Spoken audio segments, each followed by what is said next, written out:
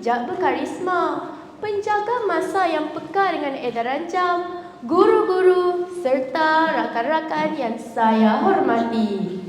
Pada hari ini, saya ingin menyampaikan sebuah cerita yang bertajuk Putri Santubong dan Putri Sejinjang. Putri Santubong dan Putri Sejinjang adalah sepupu yang mempunyai paras rupa yang cantik. Kecantikan mereka menjadi buah mulut orang ramai. Tambahan pula, mereka mempunyai suara yang sangat merdu. Hubungan mereka seperti isi dan kuku, hingga ada yang mengatakan seperti adik-beradik kembar. Pada suatu hari, Putri Santubong dan Putri Sejinjang dipanggil menghadap raja kerana baginda mempunyai perkara penting untuk disampaikan. Putri Sejinjang tertanya-tanya sebab mereka dipanggil, tetapi Putri Santubong juga tidak mengetahuinya. Setelah menghadap raja, Putri Santubong bertanya tentang tujuan baginda memanggil mereka. Raja kemudian menjelaskan bahawa terdapat masalah yang dihadapi oleh rakyat dan baginda mahu kedua-dua putri membantu menyelesaikannya. Raja mengarahkan Putri Sejinjang pergi ke kampung Pasir Putih dan Putri Santubong ke kampung Pasir Kuning untuk mendamaikan kedua-dua penduduk kampung yang sering bertelah. Sebelum mereka berangkat, Raja berpesan supaya mereka berdua tidak bermusuhan sesama sendiri. Baginda juga mengingatkan bahawa jika mereka mematuhi janji tersebut, mereka akan menerima berita baik. Tetapi jika mengingkarinya, mereka akan menerima akibat buruk. Pada hari ditetapkan, Putri Santubong dan Putri Sejinjang bersiap-siap untuk memulakan perjalanan. Jagalah diri anda baik-baik, pesan raja dengan penuh harapan. Setibanya di kampung Pasir Kuning, Putri Santubong dilantik oleh ketua kampung untuk memimpin penduduk di situ. Saya akan membantu penduduk di sini dengan kemahiran menenun kain, katanya kepada ketua kampung. Sepantas kilat, Putri Santubong menyiapkan alat tenun dan barang-barang keperluan yang lain untuk menenun kain. Dia bekerja siang dan malam untuk mendamaikan kampung dengan kelebihan yang ada. Lama-kelamaan, hasil tenunan mendapat perhatian penduduk kampung. Kain buatan Putri Santubong sangat kemas dan diminati para saudagar. Mereka membeli kain itu sambil memuji Putri Santubong. Wah, cantiknya kain ini.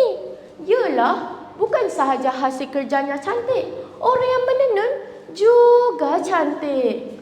Ramai penduduk belajar menenun daripada Putri Santubong untuk menambah pendapatan. Pada masa yang sama, Putri Sejinjang menjadi pemimpin di kampung Pasir Putih. Dia sedih melihat keadaan di kampung itu. Akibat pergaduhan yang berlaku, kelihatan beras berserakan. Putri Sejinjang mengutip beras-beras itu. Oleh sebab Putri Sejinjang hebat bertani, dia menghasilkan sekam padi menggunakan alu. Dia juga membimbing penduduk di situ dengan kepandaiannya. Ramai orang memuji Putri Sejinjang. Wah, lihatlah padi kita yang tumbuh subur. Putri Sejinjang bukan sahaja cantik, malah kuat menumbuk padi. Hasil padi yang tumbuh subur dijual di kampung-kampung berdekatan. Kehadiran Putri Santubong dan Putri Sejinjang telah memajukan kedua-dua buah kampung. Malah pujian itu turut sampai ke telinga Putri Santubong dan Putri Sejinjang. Pada suatu ketika, kedua-dua putri bergurau senda sambil bekerja. Putri Santubong dan Putri Sejinjang mula berbangga dengan kejayaan masing-masing, sehingga timbul perasaan ingin mengatusi antara satu sama lain. Putri Santubong memuji dirinya kerana berjaya menjadikan kampung Pasir Kuning maju dan memperoleh keuntungan daripada hasil tenunan yang indah. Putri Sejinjang pula mempertahankan dirinya dengan menyatakan bahawa kampung Pasir Putih amat dan terkenal dengan keuntungan daripada hasil tanaman padi. Akhirnya, pertengkaran mereka semakin memuncak apabila Puteri Santubong memperlekehkan pekerjaan petani, menyebabkan perselisihan antara kedua-dua puteri menjadi semakin serius. Puteri Santubong meninggikan suara. Mendengar sindiran itu, muka Puteri Senjinjang merah padam. Dia tidak dapat menerima kata-kata itu. Tiba-tiba, langit yang cerah bertukar mendung. Boom! Belum sempat mereka berbuat apa-apa, kilat sambung menyambung dan guru berdentam-dentum. Puteri Santubong, Puteri Senjinjang dan beberapa penduduk kampung lari lintang pukang untuk mencari perlindungan. Bunyi yang kuat tadi seakan-akan satu amaran oleh raja. Ketika itu juga, kedua-dua puteri menggigil apabila teringat pesanan ayahanda mereka. Jika kamu mengikut pesanan ayahanda, ada berita baik yang menanti. Tetapi, jika kamu gagal, buruk padanya. Setelah keadaan kembali tenang, Puteri Santubong dan Puteri Senjinjang dipertemukan oleh kedua-dua penduduk kampung. Ketua-ketua kampung menasihati mereka supaya berdamai kerana kejayaan kampung terhasil daripada kerjasama dan kelebihan masing-masing.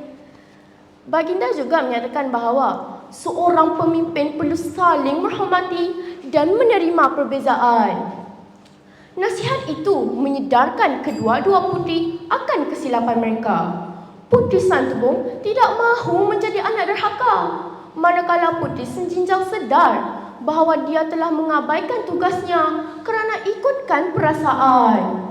Mereka akhirnya berazam untuk berdamai dan mengutamakan tanggungjawab demi kebaikan semua. Puteri Santubong dan Puteri Senjinjang memandang antara satu sama lain, kemudian mereka berpelukan dan bermaafan.